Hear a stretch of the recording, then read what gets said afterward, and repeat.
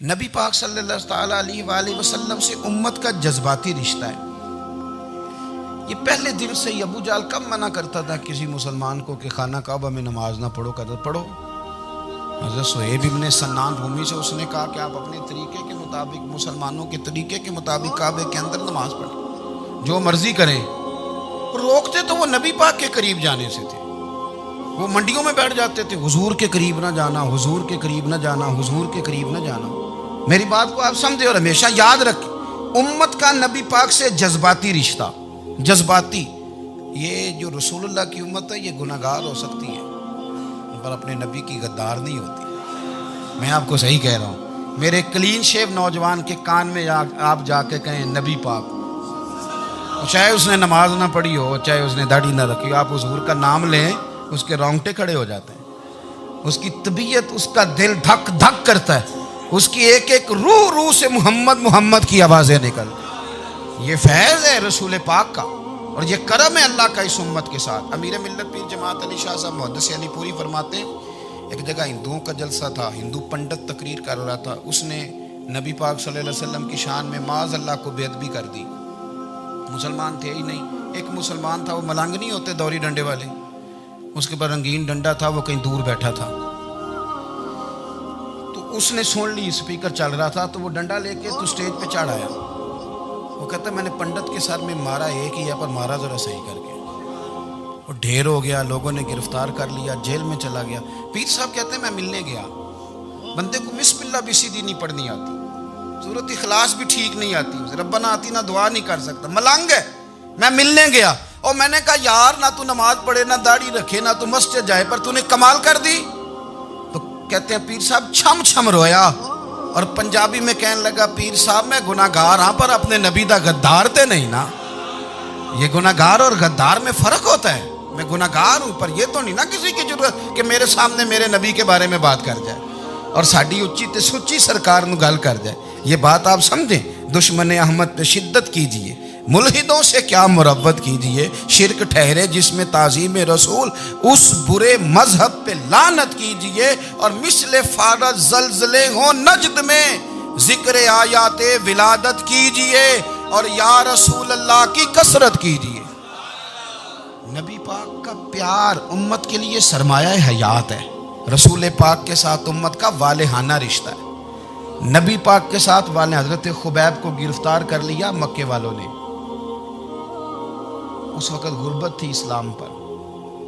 مکے میں سارے لوگ اکٹھے ہو گئے اور چوک میں پھانسی دینے لگے حضرت خبیب کو. کہنا آسان ہے، کرنا بڑا مشکل ہے. بندہ جیل میں الجھ جائے تو میں نے بڑے بڑے سیانے لوگ معافیاں مانگتے دیکھے، بڑے بڑے لوگ کہتے دیکھے ہیں کہ یہ کام بڑا. کہتے تنہائی بذات خود ایک مصیبت ہے. آپ کو اکیلا رہنا پڑ جائے نا، یہ لاک ڈاؤن ہوا ہے تو لوگ نفسیاتی مریض بن گئے. اکیلے رہنا، تنہا رہنا کوئی چھوٹا کام ہے.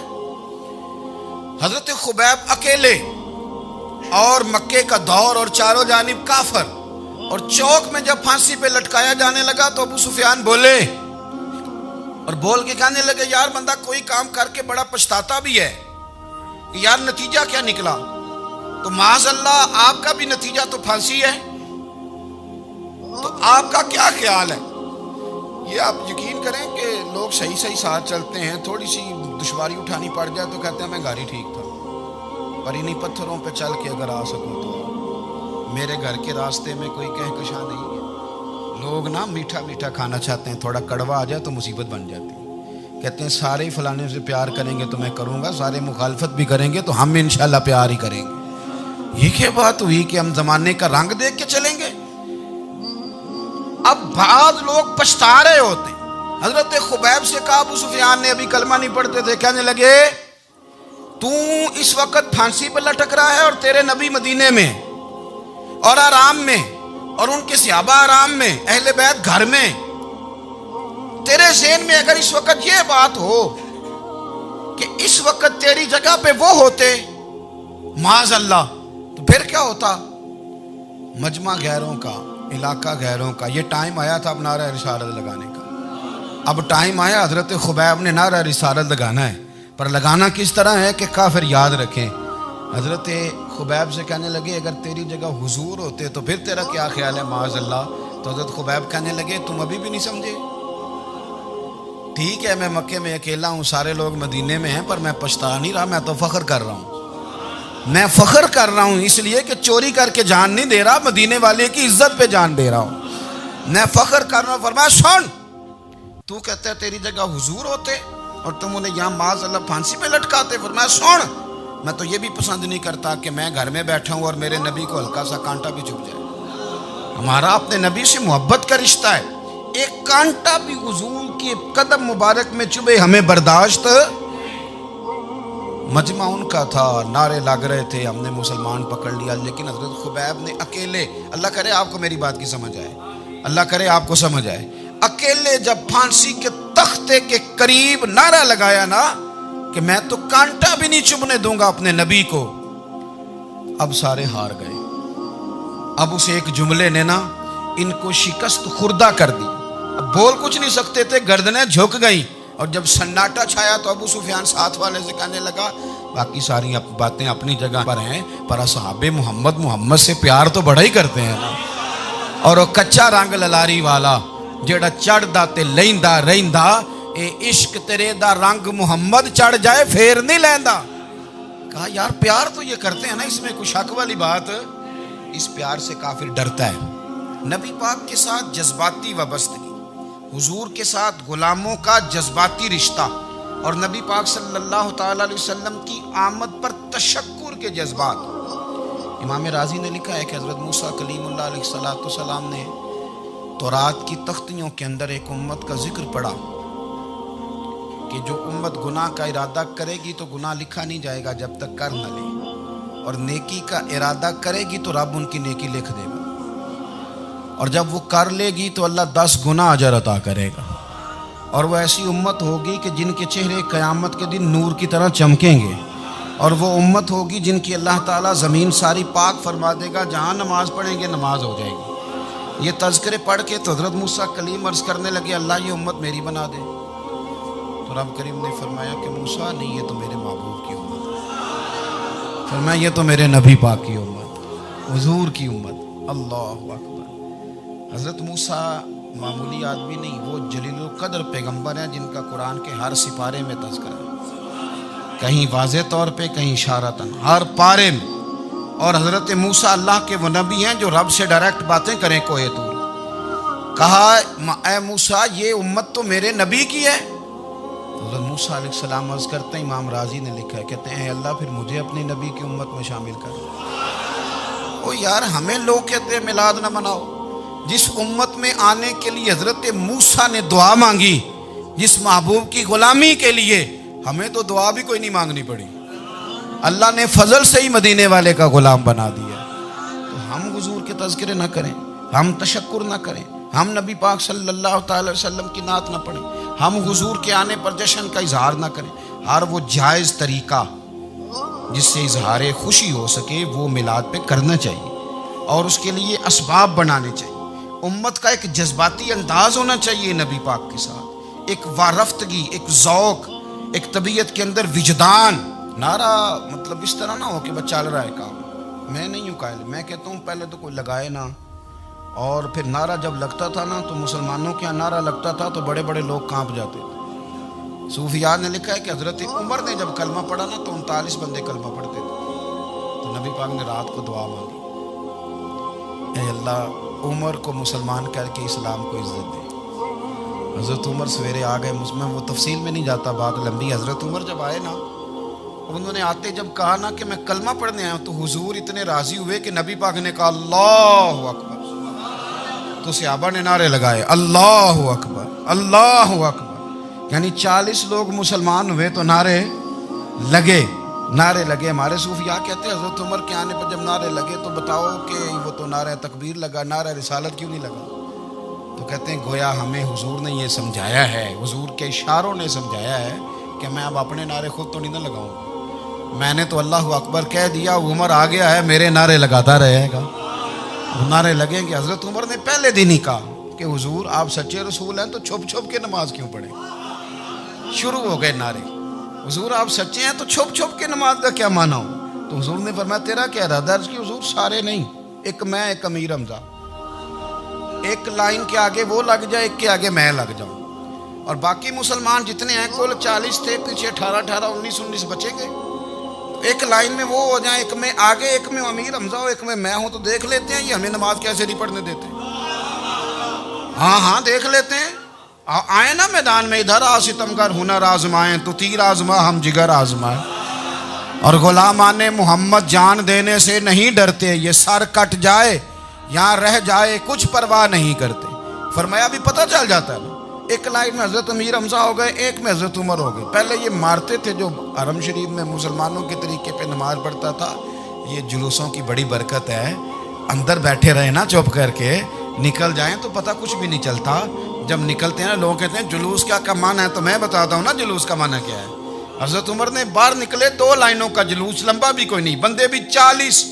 اور جناب فاروق اعظم باہر نکلے تو عمر کا نعرہ، عمر کا. حضرت عمر نے یوں کر کے آستینیں بازو کی چڑھا لی اور اپنے گلے میں جو ان کے رومال تھا نا اس کو یوں سینے پہ باندھا، اور اس ہاتھ میں تلوار تھی تو یوں کر کے باہر لہرائی.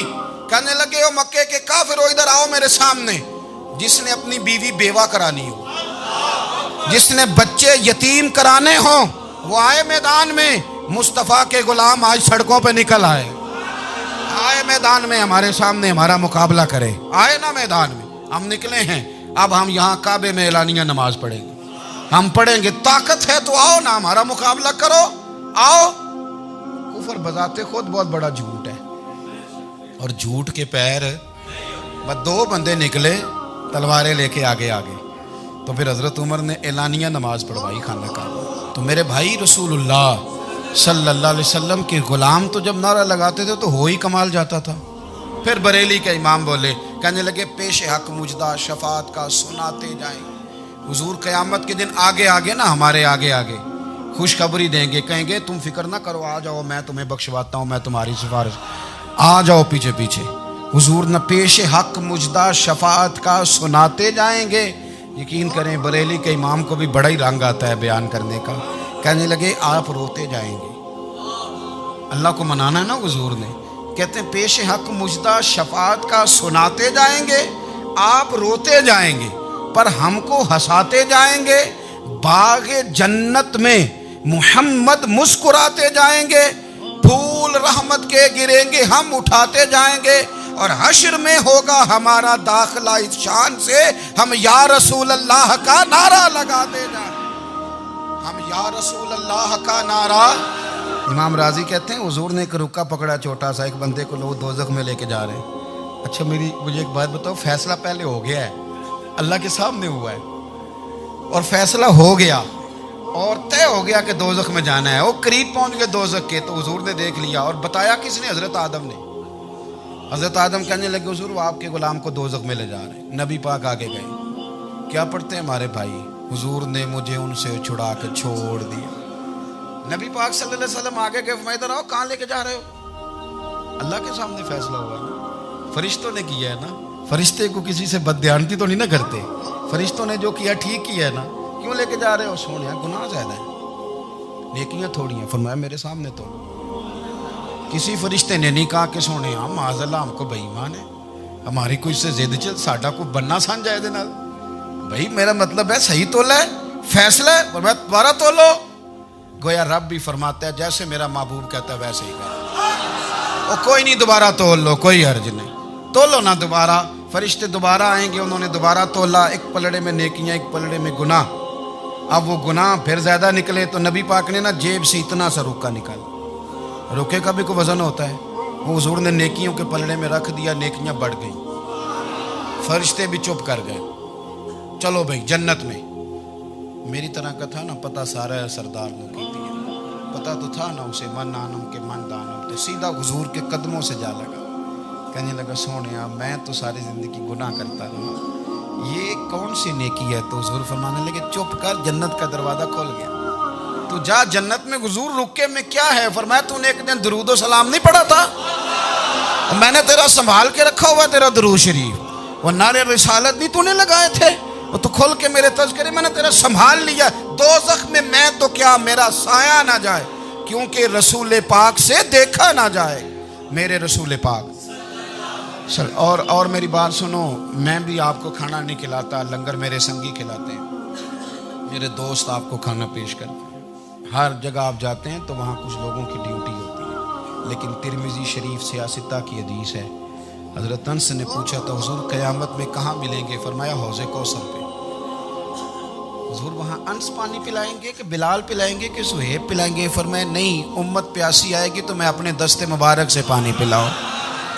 حضور وہاں نہ ملے تو فرمایا پل صراط پہ آنا، امت گزرے گی تو میں رب سلم کی دعائیں کروں گا. تو اعلیٰ حضرت فرماتے ہیں جب حضور دعا کر رہے ہیں تو ڈرنے کی ضرورت کیا ہے؟ خدا کی رضا چاہتے ہیں دو عالم، خدا چاہتا ہے رضائے محمد، رضا اب پل سے وجد کرتے گزری کہ ہے رب سلم دعائے محمد صلی اللہ ہو. حضور وہاں ملاقات نہ ہوئی تو پھر اس حدیث کو بھی یہ حدیث مضبوط کر دے گی.